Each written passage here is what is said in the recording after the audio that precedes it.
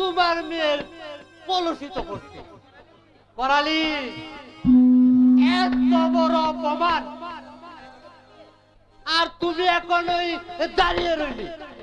চলা, আর এক মুহূর্তেও নাই। এই অপমানের বিচার যদি না হয়, সেই বিয়ে কিছুতেই হবে না। ক্ষমা করুন ঠাকুর, সে অবুঝ। আপনার কন্যা স্থায়ী, ওকে আপনি ক্ষমা করুন। তাপসী, তুই চুপ করতো মা। করালি, তুমি যে কিছু বলছো না ভাই। না, আমার কাছে যদি শুনতে চাও তবে শোনো শিবনা, তোমার মেয়ে যে এত বড় একটা উচ্ছৃঙ্খল লজ্জাহীনা তা আমি আগে কখনো জানতাম না। এখন আমি স্বচক্ষে জানতে পারলাম প্রশান্তের পাশে ওকে মানাবে না। আর যৌতুকের কটা দিয়েছ, আজ প্রশান্তের পরিবর্তে একটা মুচির ছেলেকে ধরে এনে তাকে জামাই করে নাও। মানবে ভালো। হে ভগবান, আমাকে মৃত্যু দাও ঠাকুর, আমাকে মৃত্যু দাও। এরপরে আর কি করবে? এমন নির্লজ্জা মেয়ে এই সমাজে তোমার এই পুত্রবধূ মানাবে না। দয়া করো করালি, তাপসীকে কলঙ্কের হাত থেকে রক্ষা করো। না না না, কিছুতেই আমি থাকি।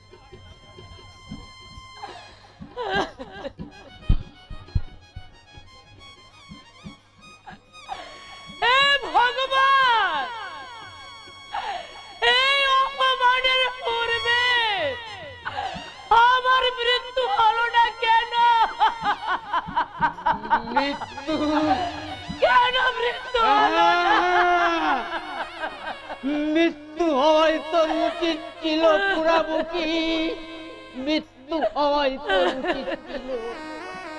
গরিব, কেন তুই গরিবের ঘরে জন্মেছিলি? যার জন্য তোকে আজ এত অপমান সইতে হলো। বাবা বাবা বাবা বলে আমাকে আর ডাকিস নি পুরামুখী, বাবা আমাকে আর ডাকিস নি।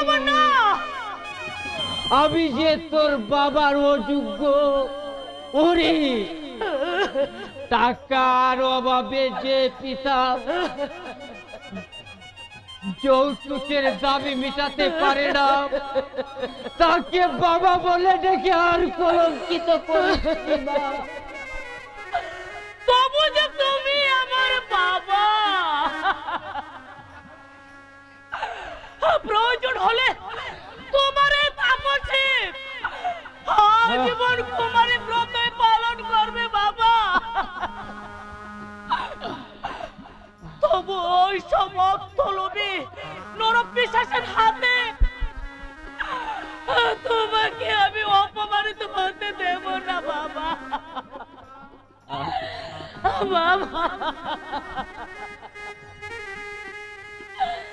বাবা বাবা, অপমানের আর বাকি রইল কি রে মা? যে করালি চৌধুরী একদিন পয়সার অভাবে রাস্তায় রাস্তায় ঘুরে বেড়াতো, যার জীবনে এসেছিল শুধু হতাশার কালো ছায়া, আজ সে টাকার অহংকারে গর্বিত হয়ে তোকে করে গেল শাসন। শয়তান ললিনী গুসাই চোখ রাঙিয়ে তোকে করে গেল শাসন। ইয়ার কি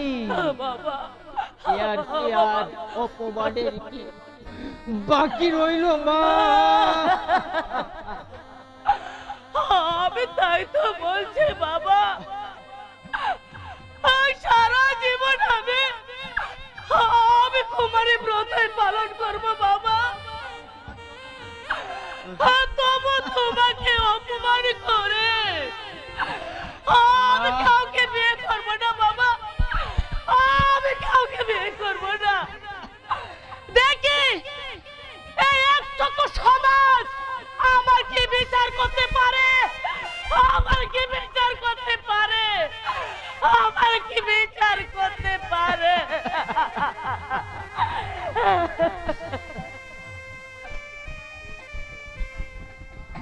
তুই যতই অনুতাপ করিস মা,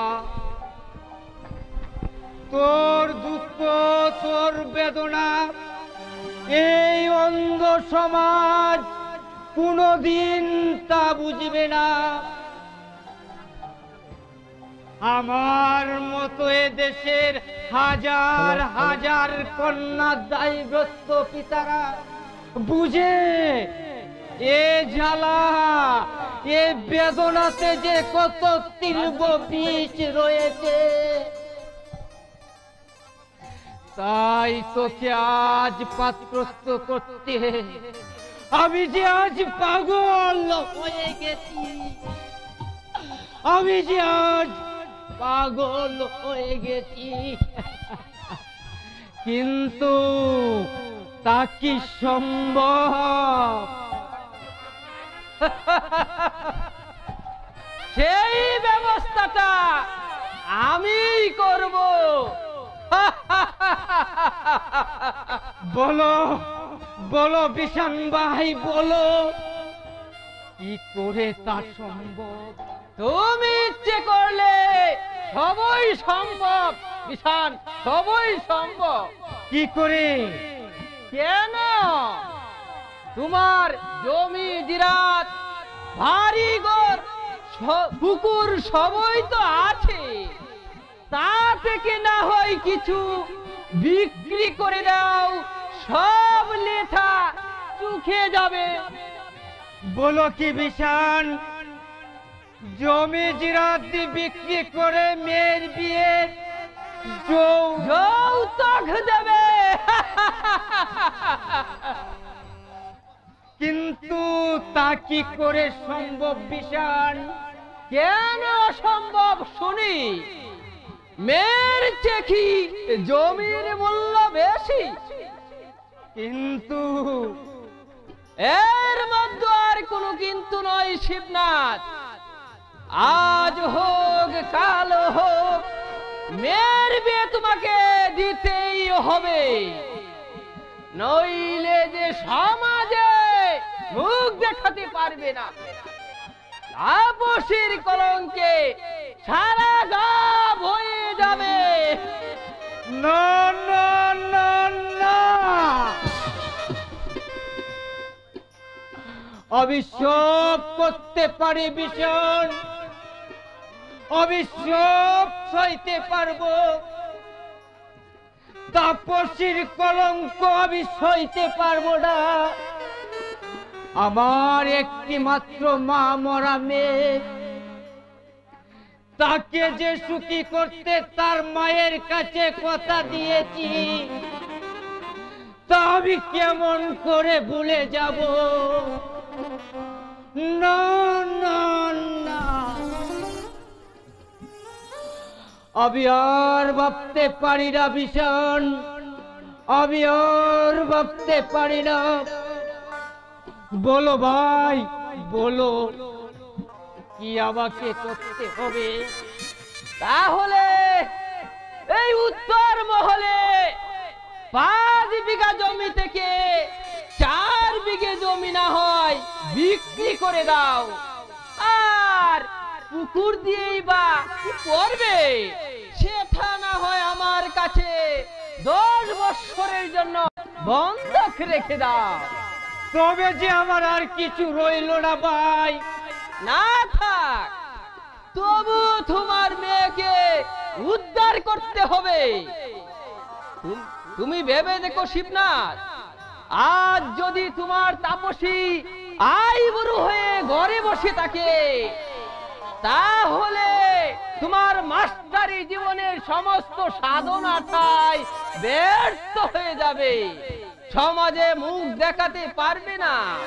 পাড়ার গুন্ডা ছেলেরা এসে যখন বাড়িতে উকি দুকি মারবে, তাপসীকে চরিত্রহীনা করবে। না না না না না, আমি আর ভাবতে পারি না আমার সর্বনাশ হয় হোক, তবু আমি তাপসীর সর্বনাশ হতে দেব না। বলো বলো ভীষণ, বলো কি আমাকে করতে হবে? তুমি যা বলবে আমি তাহাই করব। তবে তো এই দলিলটাই একটা স্বাক্ষর করো শিবনাথ। তোমার কোনো চিন্তা নেই, করালি চৌধুরীর সমস্ত দাবিগুলো আমি পূরণ করব।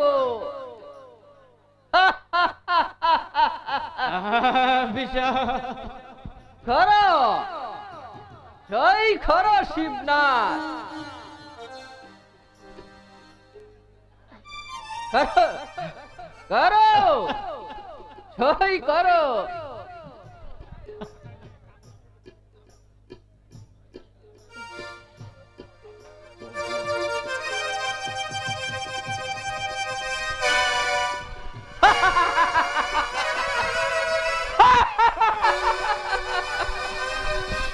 কিন্তু এ কথা যেন তাপসী শুনতে না পায়।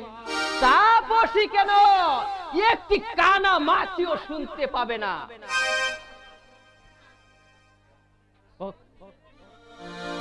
সেই বিষয়ে তুমি নিশ্চিন্ত থেকো শিবনাথ। এই নাও ৫,০০০ টাকা।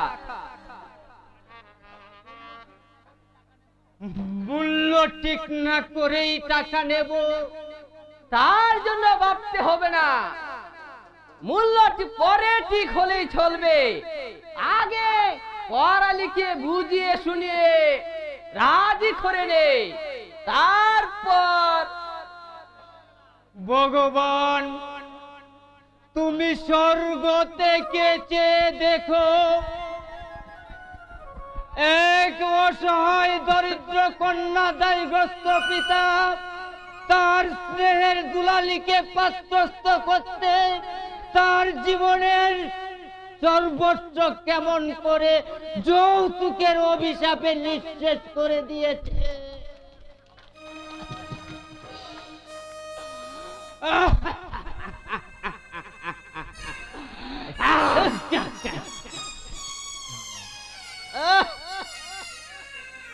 দেখি তোমার মুখ দিয়ে যে রক্ত পড়ছে শিবনাথ। একেবারে রক্ত শূন্য হয়ে যাক দেটা, তারপর ধীরে ধীরে বিলীন হয়ে যাবে, কেউ বুঝবে না, কেউ দেখবে না, কেউ শুনবে না। প্রেমময় পিতার এই করুণাত্মনাথ।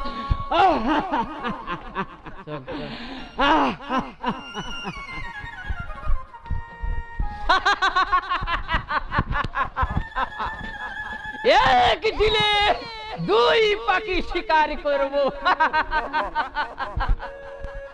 একদিকে ধীরে ধীরে শিবনাথকে নিঃস্ব করে তার সমস্ত সম্পত্তির মালিক হব আমি। অন্যদিকে অপর দক্ষিণ শিবনাথের কন্যাকে করালি চৌধুরী পুত্রবধূ রূপে গড়ে তুলবে না। তারপর প্রশান্তের কাছে কবিতাকে বিয়ে দিয়ে পিতা পুত্রের মধ্যে একটা বিরোধ সৃষ্টি করে আমি হব তার সমস্ত সম্পত্তির মালিক।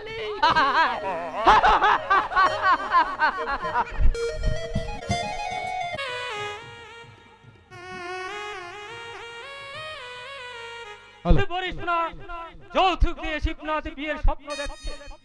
চৌঠালো ইথর কুতাকার, না না না, এ বিয়ে কিছুতেই হবে না। কেন হবে না শুনি? শুনে আর লাভ কি ভারতী?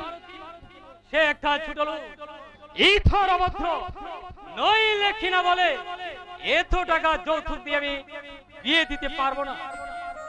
আরে যৌতুক দিয়েও যদি মেয়েকে পার করতে পারো তবে সেটা হবে তোমার ১৪ গোষ্ঠীর ভাগ্য।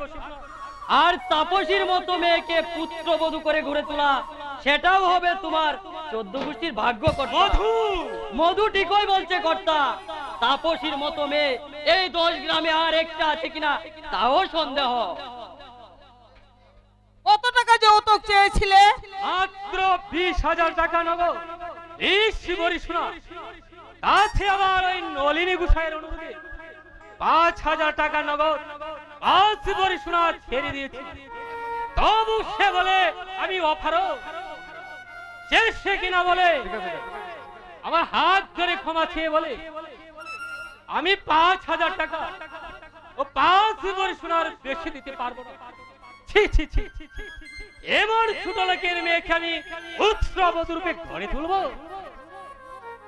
তবু তোমার এই পাষাণ হৃদয় গড়ল না? গলবে কি মা?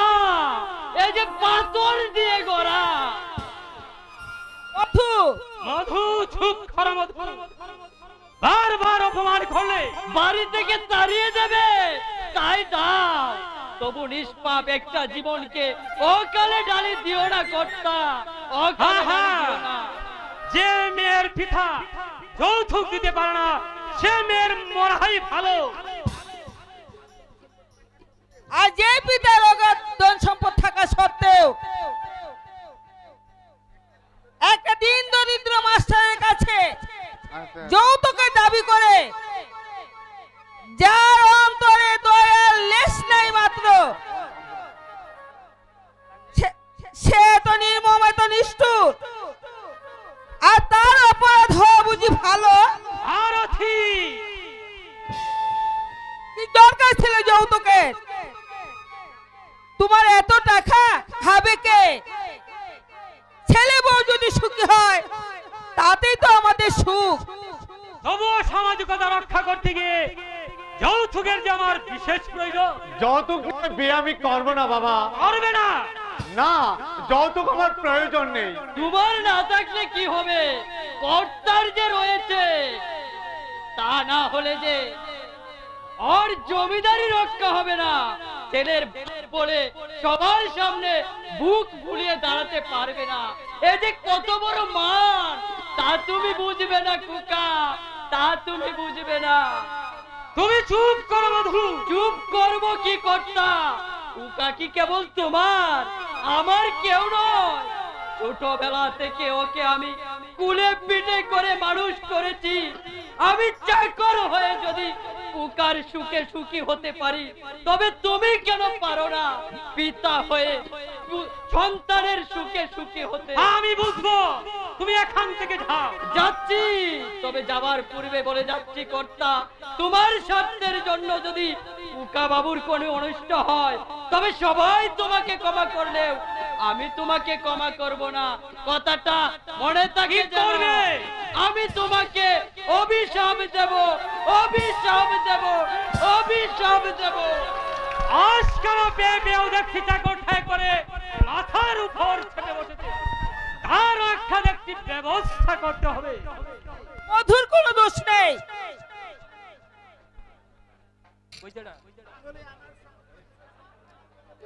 তাহলে আমার সমস্ত বিষয় সম্পত্তি বিক্রি করেলো আমি মেয়েকে পাত্রস্থ করতাম। কিন্তু আমার তো যৌতুকের প্রয়োজন নেই বাবা।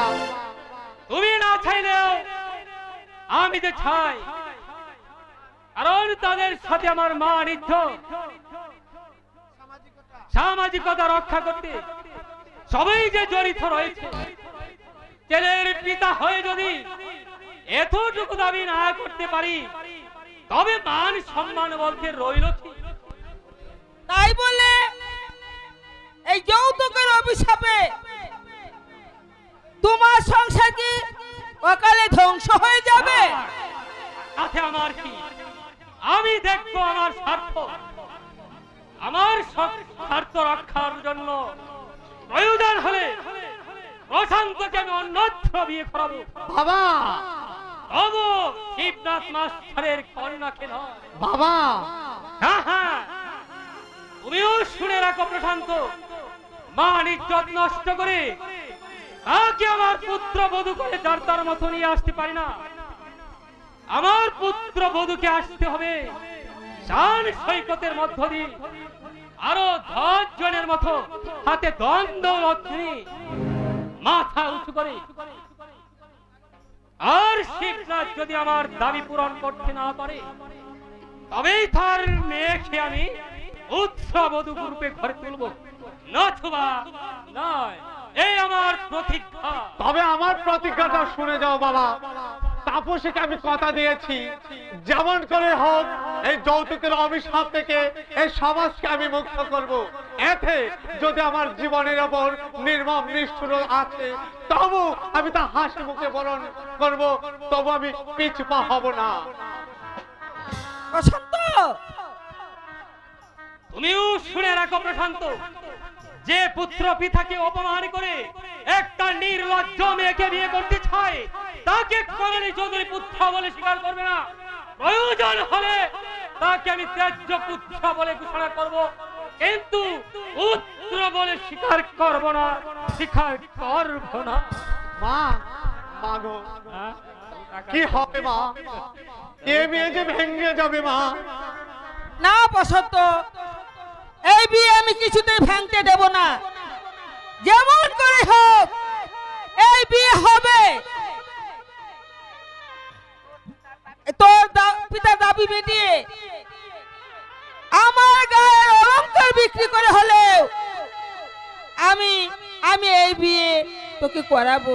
মা, প্রশান্ত, সত্যি তুমি আমার মা, তুমি আমার স্নেহময়ী মা। পৃথিবীতে তুমি ছাড়া আর কেহ নেই মা।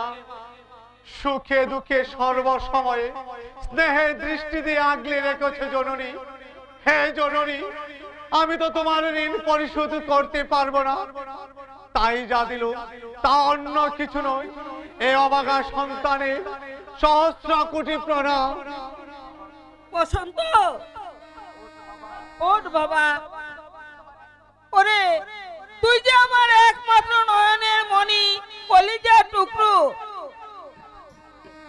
তোর সুখে যে আমার সুখ, তোর শান্তিতে যে আমার শান্তি। তোর প্রেমের মূল্য দিতে গিয়ে প্রয়োজন হলে আমি নিজেই বৌমাকে বরণ করে ঘরে তুলবো, তবু তোর প্রাণে কিছুতেই আমি আঘাত দিতে দেব না বাবা। কিছুতে তুমি তাই করো, নইলে দুটো জীবন যে ব্যর্থ হয়ে যাবে। ঘৃণায় অপমানে তারা যে আত্মহত্যা করবে। কবিতা, প্রশান্ত দা তাপসীকে ভালোবাসে, তাই তাদের ভালোবাসা অক্ষুণ্ণ রাখবার জন্য প্রশান্ত দা প্রতিজ্ঞা করেছে যৌতুকের দাবি ত্যাগ করে তিনি ওকেই বিয়ে করবে। বেশ, তাই হবে। এমন করে সবাই যদি যৌতুকের বিরুদ্ধে প্রতিজ্ঞা করে বিয়ে করতে চায় তাহলে তাদের এই মহৎ উদ্দেশ্যের জন্য আমি আমি সবাইকে আশীর্বাদ করব মা। তুমি আমাকে আশীর্বাদ করো মাসিমা।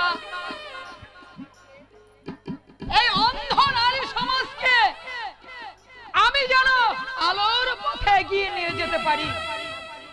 তাকে আর বলতে হয় মা, তোদের উপর রইল আমার আশীর্বাদ। এই শ্মশান্ত অমলে সাজবো, তোরা সবাই মিলে দেশের উপকার কর, দেশকে বাঁচা, এই জীবন উৎসর্গ কর।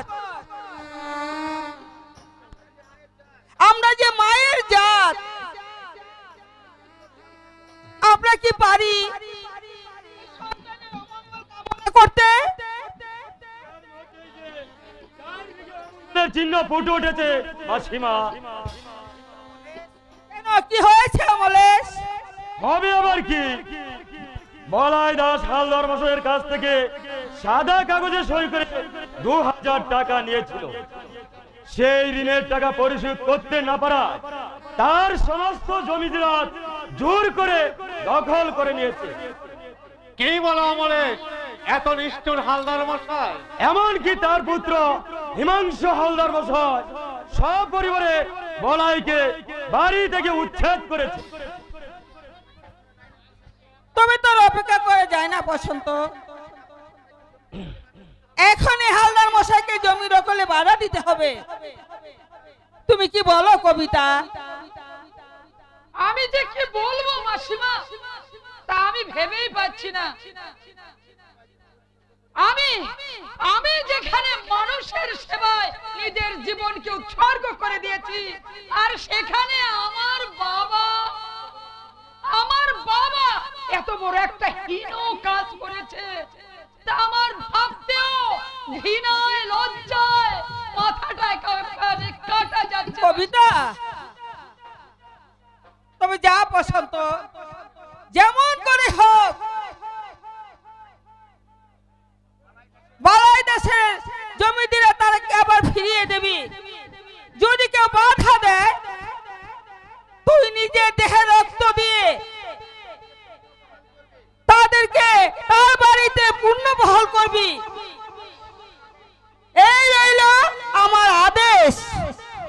তোমার আদেশ আমি অবশ্যই পালন করব মা, নইলে যে দেশের প্রতি আমার বিশ্বাসঘাতকতা হবে, অসহায় মানুষের দেওয়া প্রতিশ্রুতি ভঙ্গ হবে, শিক্ষার অবমাননা হবে। আমি চললুম অমলেশ, মায়ের আশীর্বাদ মাথায় নিয়ে জীবনের প্রথম অন্যায়ের বিরুদ্ধে যুদ্ধ করতে চললো। পারো তো তুমি আমাকে সাহায্য করো, তুমি আমাকে সাহায্য করো, তুমি আমাকে সাহায্য করো।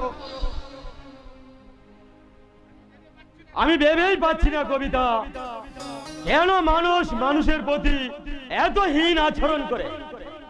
তোমার বাবার এত অর্থ সম্পদ টাকা সত্ত্বেও নিরহ বালাই দাসের সামান্য ভিটা মাটিরা গ্রাস না করলেই কি চলতো না? দেশের ভবিষ্যৎ যে কি হবে তা একমাত্র ভগবানই জানে। শুধু ভগবানের উপর দোষ দিয়ে কোনো লাভ নেই অমলে। দোষ হচ্ছে আমাদের, যারা অন্যায় করে তাদের বিরুদ্ধে আমরা যদি রুখে দাঁড়াতে পারতাম, তাহলে আর এত বড় অন্যায় করতো না। আমরা তাদের বিরুদ্ধে রুখে দাঁড়াতে পারি না বলেই তারা এত বড় অন্যায়ের সুযোগটা নিয়েছে।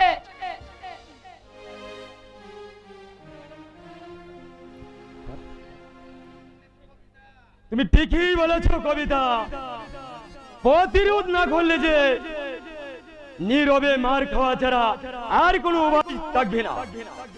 কিন্তু কেন কেন আমরা মার খাবো? এ দেশের মানুষ কি মানুষ নয়?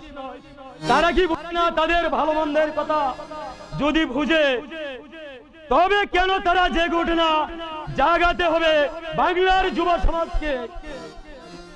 তাই আমিও যাচ্ছি প্রশান্তর পাশে থেকে, বিশাল হালদারের কাছ থেকে, বিষাক্ত চুবুল থেকে বলাইকে মুক্ত করতে।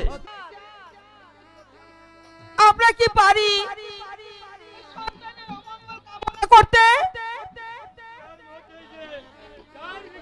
যুদ্ধের চিহ্ন ফুটে উঠেছে মাসিমা। কেন, কি হয়েছে অমলেশ? হবে আবার কি, বলাই দাস হালদার মশাইয়ের কাছ থেকে সাদা কাগজে সই করে 2000 টাকা নিয়েছিল। সেই ঋণের টাকা পরিশোধ করতে না পারা তার সমস্ত জমি জায়গা জোর করে দখল করে নিয়েছে। কি বলো অমলেশ, এত নিষ্ঠুর হালদার মশাই? এমনকি তার পুত্র হিমাংশু হালদার মশাই সপরিবারে বলাইকে বাড়ি থেকে উচ্ছেদ করেছে। তবে তোর অপেক্ষা করে যায় না বসন্ত, এখনই হালদার মশাইকে জমি দখলে বাধা দিতে হবে। তুমি কি বলো কবিতা?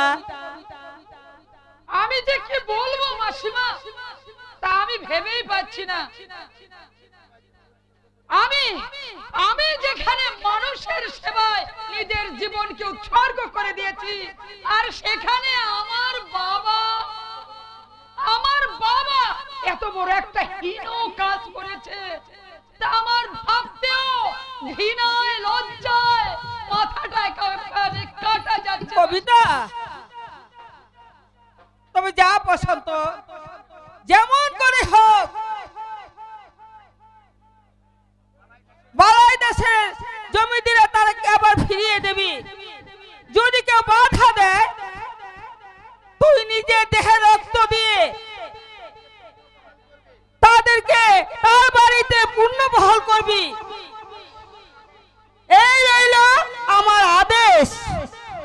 তোমার আদেশ আমি অবশ্যই পালন করব মা, নইলে যে দেশের প্রতি আমার বিশ্বাসঘাতকতা হবে, অসহায় মানুষের দেওয়া প্রতিশ্রুতি ভঙ্গ হবে, শিক্ষার অবমাননা হবে। আমি চললুম অমলেশ, মায়ের আশীর্বাদ মাথায় নিয়ে জীবনের প্রথম অন্যায়ের বিরুদ্ধে যুদ্ধ করতে চললো।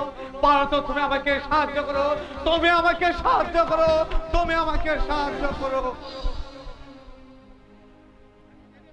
আমি ভেবেই পাচ্ছি না কবিতা, কেন মানুষ মানুষের প্রতি এত হীন আচরণ করে। তোমার বাবার এত অর্থ সম্পদ টাকা সত্ত্বেও নিরহ বালাই দাসের সামান্য ভিটা মাটিরা গ্রাস না করলেই কি চলতো না?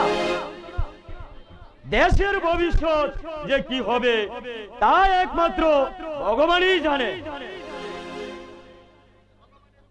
শুধু ভগবানের উপর দোষ দিয়ে কোনো লাভ নেই অমলে। দোষ হচ্ছে আমাদের, যারা অন্যায় করে তাদের বিরুদ্ধে আমরা যদি রুখে দাঁড়াতে পারতাম, তাহলে আর এত বড় অন্যায় করতো না। আমরা তাদের বিরুদ্ধে রুখে দাঁড়াতে পারি না বলেই তারা এত বড় অন্যায়ের সুযোগটা নিয়েছে।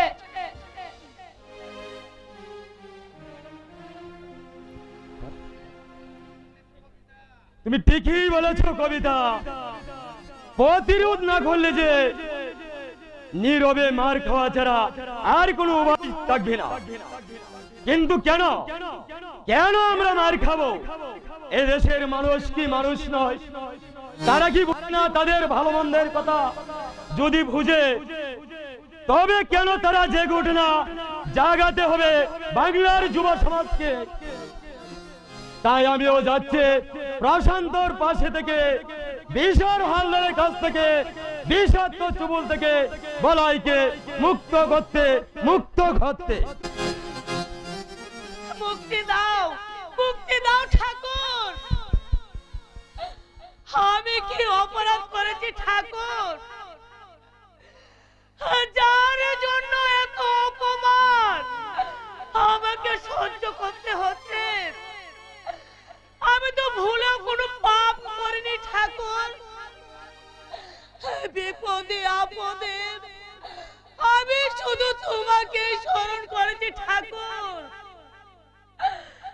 তোমার পায়ে পুষ্পাঞ্জলি দিয়েছি, তবু কেন আমাকে দেখে সবাই বিদ্রুপের হাসি হাসে, ঘৃণায় মুখ ফিরিয়ে নেয়? কেন কেন কেন? এই মন্দিরের ভিতরে কে যেন কথা বলে? এ কি কথা বলছে না যে? বলো বলো তুমি কে? আমি আমি তাপসী। তাপসী, তুমি এই মন্দিরে ঢুকেছো কেন? এই কার হুকুমে ঢুকেছো? ঢুকেছি ঠাকুরের আরাধনা করতে, ঢুকেছি ঠাকুরের পুজো দিতে, আর মন্দিরে ঢুকতে কারো হুকুমের প্রয়োজন মনে করি না। তাই কি? এই যত বড় মুখ নয় তত বড় কথা। আর আমি বলবি মন্দির রক্ষক, আমার হুকুম ছাড়া এই মন্দিরে কারো প্রবেশ নিষেধ। আমার সামনে দাঁড়িয়ে আমাকেই বলে কিনা এই মন্দিরে প্রবেশ করতে কারো হুকুমের প্রয়োজন লাগে না। দাঁড়াও, এই, বেরো এখান থেকে। নইলে একেবারে চূড়ান্ত অপমান করে এখন হারিয়ে দেব।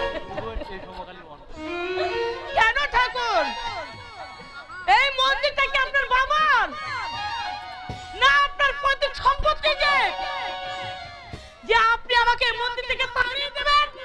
কি কি বললে রে হারাম?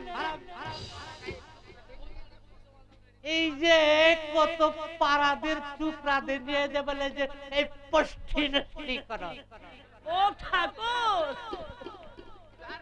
তার কলঙ্কে ওই যে বেশ ভরে গেছে। যার পিতাই যে পয়সার অভাবে এই যে আইবুড়ো মেয়েকে স্পর্শ করতে পারে না, তার বুকে এত বড় কথা তোকে পিটিয়ে একান্ত থেকে বার করে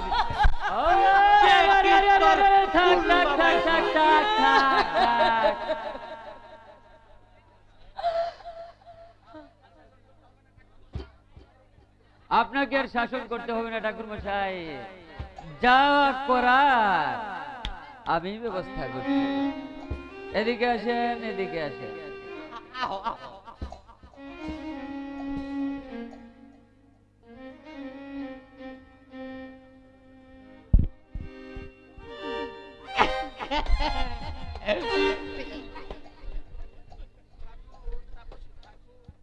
ঠাকুর, আর কত অপমান করবে ঠাকুর? এর চেয়ে আমাকে মৃত্যু দাও ঠাকুর, আমাকে মৃত্যু দাও। আচ্ছা আচ্ছা তাপসী, মৃত্যুর জন্য এত ব্যস্ত হচ্ছ কেন?